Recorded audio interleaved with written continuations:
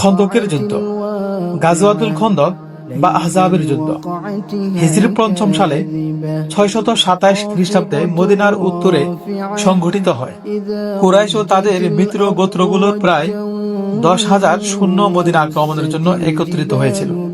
তখন রাসূলুল্লাহ সাল্লাল্লাহু আলাইহি ওয়াসাল্লাম সাহাবীদের সঙ্গে পরামর্শ করেন। হযরত সালমান আল ফারসি রাদিয়াল্লাহু তাআলা আনহু পারস্যের যুদ্ধ কৌশল অনুযায়ী শহরের অরক্ষিত উত্তর পাশে একটি বড় খন্দক অর্থাৎ পরিখা খননের পরামর্শ দেন। রাসূল সাল্লাল্লাহু আলাইহি ওয়াসাল্লাম সেই পরামর্শ গ্রহণ করেন এবং সাহাবীরা মিলে খন্দক খনন করেন। শত্রু বাহিনী মদিনা ঘেরাও করলেও খন্দক অতিক্রম করতে পারেনি। কয়েকজন যোদ্ধা সীমিতভাবে খন্দক পার হলেও মুসলমানরা তাদের প্রতিহত করেন। অবরোধ প্রায় 1 মাস স্থায়ী হয়। শেষে প্রবল ঝড়ো হাওয়া ও প্রতিকূল আবহাওয়ার কারণে মিত্র বাহিনীর শিবিরে বিশৃঙ্খলা দেখা দেয় এবং তারা যুদ্ধ ছেড়ে ফিরে যায়। ফলে মুসলমানরা বিজয় লাভ করেন। বর্তমানে খন্দকের যুদ্ধক্ষেত্রের পাশে বিখ্যাত সাবা মসজিদ 7 মসজিদ এলাকা রয়েছে।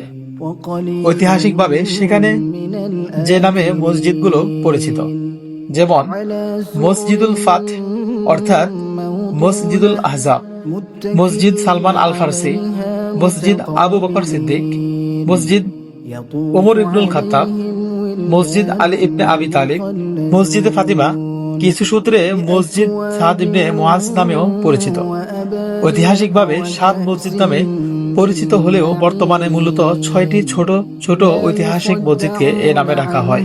পরে এলাকায় একটি বড় খন্দক মসজিদও নির্মিত হয়েছে। খন্দকের মধ্যে আমরা এসে গেছি।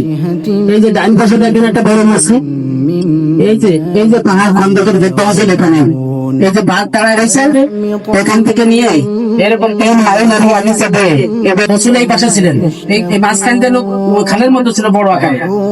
এই যে ফাতেমা রাজনের বাম পাশে দাঁড়ায় রয়েছে লোকজন, ফাতেমা রাজনের মসজিদ বলে, তার উপরে ডালো আলী মর্তজা, ও যে সামনে গিয়ে ওই পাশে। আর এই বড় মসজিদের এই জায়গা पे खंडक खोदी गई थी, खाल खोदी गई थी, जहाँ पे गाड़ी जा रही है और यहाँ पे खाल खोदी गई थी इस जगह पे। ये देखिए आपके सीधे हाथ पे ऊपर पहाड़ी देखे, इसको जबल सिना भी कहते हैं,